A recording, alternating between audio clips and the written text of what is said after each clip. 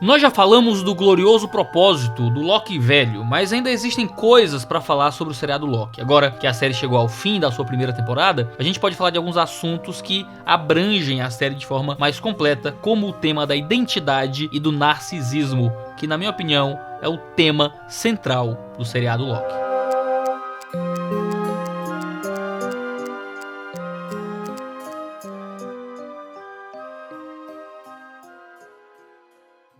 A discussão sobre identidade já aparece quando o Loki descobre sobre as suas variantes, especialmente a Sylvie. Enquanto a persegue, Loki passa a interagir e se aproximar de Mobius, e eles conversam sobre o que Mobius acredita. Mobius chega a dizer que... Porque se você pensar demais sobre de onde cada um de nós veio, quem somos de verdade, vai parecer meio ridículo.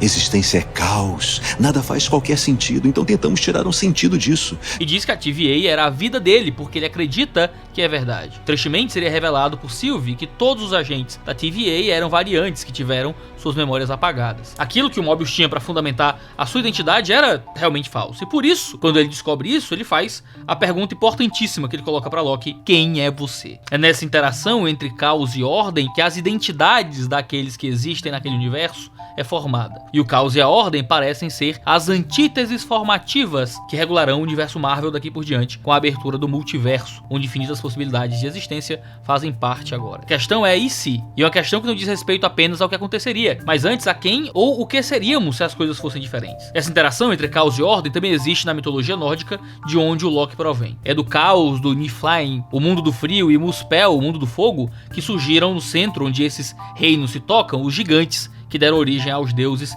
que por sua vez deram ordem e criaram os seres humanos. É desse caos e ordem que posteriormente Loki surgirá na mitologia. Ele surge como alguém que é o deus da trapaça, porque ama tanto a si mesmo que sempre se vê mais inteligente, superior e capaz que os outros. A mitologia nórdica da história do Loki lembra um pouco a história de Narciso, cujo erro foi contemplar a própria face no reflexo das águas e então se apaixonar por si mesmo. Ele se afoga por tentar capturar a própria imagem no lago. Loki envereda na desgraça narcisista da sua identidade também. Foi Louis Lavelle que apontou duas características dos narcisistas. Por um lado, o narcisismo se revela numa busca de fugir de responsabilidades e de fugir das consequências dos nossos atos. Ele aponta que os narcisistas não querem que sua responsabilidade esteja comprometida de antemão no destino do universo e só aceitam que os acusem quando o universo já se pronunciou a favor deles. Por outro lado, os fortes são aqueles que concentram as atenções em si, como se a ação dependesse somente deles. Eles são o centro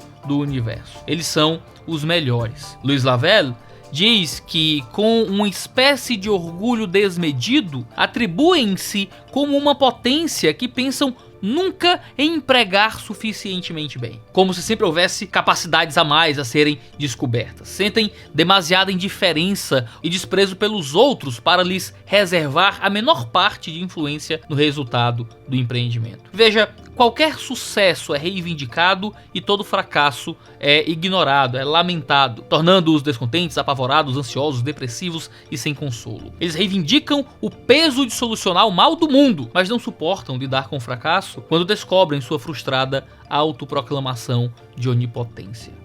Loki desejava um glorioso propósito e na tela da TVA ele descobre que seu grande propósito era morrer nas mãos de Thanos numa tentativa malfadada de apunhalá-lo. Nada poderia ser mais frustrante para um narcisista como um Loki. O narcisista tende a destruir, menosprezar tudo aquilo que ele próprio não pode reivindicar para si. Não sabendo viver na ordem que foi trazida por meio dele, o narcisista tenta criar o caos para que possa desfazê-lo e se colocar como o salvador e restaurador da ordem, solucionando problemas que ele próprio criou. A ordem surge do caos e ela tem que surgir pelo esforço do narcisista. Caso contrário, ele fará ainda mais caos. Por que os Lokis não se entenderam no episódio 5? Por que eles não se organizaram ali para ter uma sociedade de Lokis? É porque todos são narcisistas dispostos à fatal e derradeira ironia de derrubar a si mesmos. É também por isso que o velho Loki encontra sua redenção ao deixar de olhar para si e se sacrificar pelos outros. Depois de passar eras sozinho, contemplando a si mesmo e nada além disso, ele percebe o vazio que é ter somente a si e sai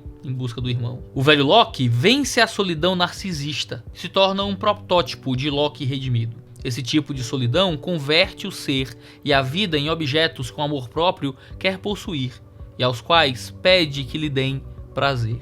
Disse mais uma vez o Luiz Lavelle. A solidão narcisista, então, é enganosa, é autodestrutiva. Ela promete os prazeres que se pensa que se pode obter, mas no fim das contas ela é inútil. Quando você está autocentrado, o eu narcisista não se eleva, mas é levado à queda. Você cai na água da própria imagem e se afoga. Uma queda vertiginosa que irrompe a escuridão do fosso do coração em busca da luz de esperança que impulsiona a sua vida, mas atraído pela gravidade do próprio ego. O ego narcisista contempla de forma doente, de forma apaixonada o reflexo de si e faz toda a sua existência dependente do objeto que ele conhece e do ser que ele ama. Mas é esse amor próprio que o induz à destruição, porque ao tentar se capturar, ele simplesmente se perde e se afoga, e ele perde de si em busca da própria imagem. O mandamento de amarás o próximo como a si mesmo passa a ser interpretado como um mandamento de amor próprio, onde eu tenho que me amar para amar o outro. Não há erro maior, porque o mandamento já parte do pressuposto que nós nos amamos em demasia e que devemos amar o outro do jeito que a gente já se ama. Amar a si próprio não nos fará mais próximos de Deus,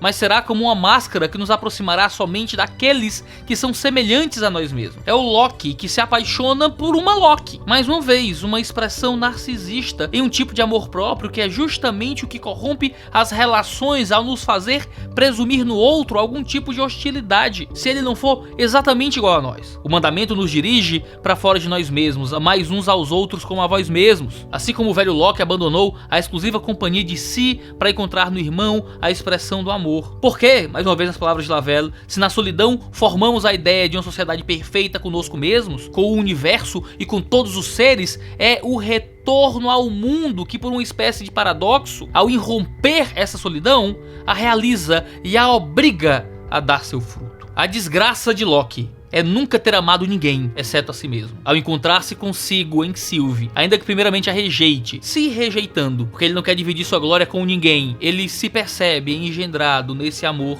por si.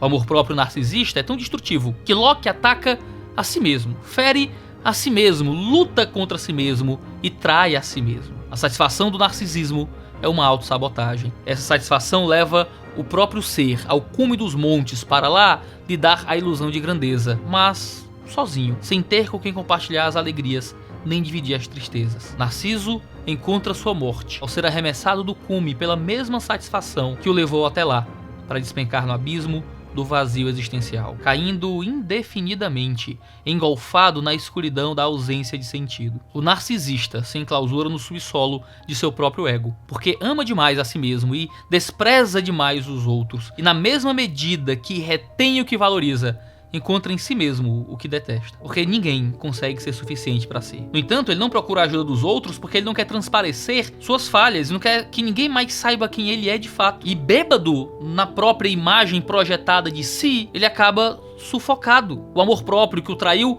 o asfixia. O narcisismo é tentador, é destrutivo. O ser humano, um ser gregário, enganado pelo próprio pecado, mente para si mesmo, buscando no amor próprio a fundação do amor pelo próximo. Tolice! Loki é um nécio, é um bobo. O olho só enxerga ao não se perceber. Quando o olho se percebe, há uma doença na visão. Quando você vê que está vendo, é porque tem algo na sua vista. O amor só é o que é quando tal é abnegado. Quando voltado para si é doente. O olhar do amor deve ser em direção aos outros. O planeta da solidão deve ser abandonado. O subsolo deve ser deixado. O amor tem que ser compartilhado para que assim o seja. Não dá para ser Loki por muito tempo e continuar são da mente e das emoções. No cristianismo, o Deus Trino compartilhava de um eterno amor na mútua relação de comunhão entre as pessoas da Trindade. O amor em Deus é pleno ao ponto de amar aqueles que não mereciam. Deus Trino não precisou abandonar o planeta da solidão, mas ele, na sua comunhão perfeita, se deu para amar sacrificialmente e morrer para dar salvação àqueles que perderam a noção de como amar a si mesmos. Amamos porque primeiro ele nos amou. Aprendemos a amar olhando para ele, não para nós. Contemplamos a Deus e não a nossa própria imagem. Adentramos no oceano do amor da graça para que não nos afoguemos, tentando inutilmente capturar nosso próprio reflexo nas águas do amor próprio. Depois de ser traído por si mesmo, talvez seja uma boa hora para Loki entender isso.